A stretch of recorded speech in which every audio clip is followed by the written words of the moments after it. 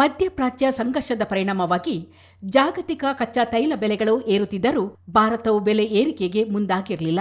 ಆದಾಗ್ಯೂ ಜಾಗತಿಕ ಕಚ್ಚಾ ತೈಲ ಏರಿಕೆಯಾಗುತ್ತಲೇ ಇರುವುದರಿಂದ ಮತ್ತೊಂದು ಸುತ್ತಿನ ಬೆಲೆ ಏರಿಕೆ ಬಗ್ಗೆ ಕೆಲವು ದಿನಗಳಿಂದ ಊಹಾಪೋಹಗಳು ಕೇಳಿಬರುತ್ತಿದ್ದವು. ಇದೀಗ ಊಹೆ ನಿಜವಾಗಿದೆ.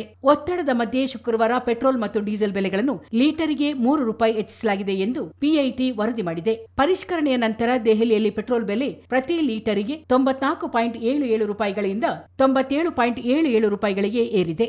ಆದರೆ ಡೀಸೆಲ್ ದರ ಪ್ರತಿ ಲೀಟರಿಗೆ ₹87.67ಗಳಿಂದ ₹90.67ಗಳಿಗೆ ಏರಿದೆ.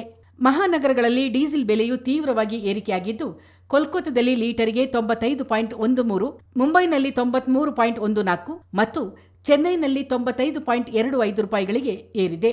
ತನ್ಮಧ್ಯೆ ದೆಹಲಿಯಲ್ಲಿ ಸಿಎನ್ಜಿ ಬೆಲೆಯನ್ನು ಕೆಜಿಗೆ ₹2ಗಳಷ್ಟು ಹೆಚ್ಚಿಸಲಾಗಿದೆ. ನಿನ್ನೆಯವರೆಗೆ ₹85ಗಳಷ್ಟಿದ್ದ ದರವು ಈಗ ₹87ಗೆ ಏರಿದೆ. ಜಾಗತಿಕ ಕಚ್ಚಾ ತೈಲ ಬೆಲೆಗಳು ಏರುತ್ತಿದ್ದು, ಪಶ್ಚಿಮ ಏಷ್ಯಾದಲ್ಲಿ ಪರಿಸ್ಥಿತಿ ಹದಗೆಡುತ್ತಿದೆ. ಹೀಗಿದ್ದರೂ ಭಾರತವು ಈವರೆಗೂ ಚಿಲ್ಲರೆ ಇಂಧನ ಬೆಲೆ ಏರಿಕೆಯನ್ನು ತಪ್ಪಿಸಿತ್ತು. ಲೋಕಸಭಾ ಚುನಾವಣೆಗೆ ಮುನ್ನ ಮಾರ್ಚ್ 2024ರಲ್ಲಿ ಒಮ್ಮೆ ಲೀಟರಿಗೆ ₹2 ಕಡಿತ ಘೋಷಿಸಿದ್ದನ್ನು ಹೊರತುಪಡಿಸಿ ಏಪ್ರಿಲ್ 2022ರಿಂದ ಪೆಟ್ರೋಲ್ ಮತ್ತು ಡೀಸೆಲ್ ಬೆಲೆಗಳು ಹೆಚ್ಚಾಗಿ ಬದಲಾಗಿರಲಿಲ್ಲ.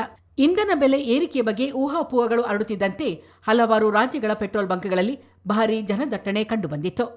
ಬ್ಯೂರೋ ರಿಪೋರ್ಟ್, ಚಿತ್ತಾರ ನ್ಯೂಸ್.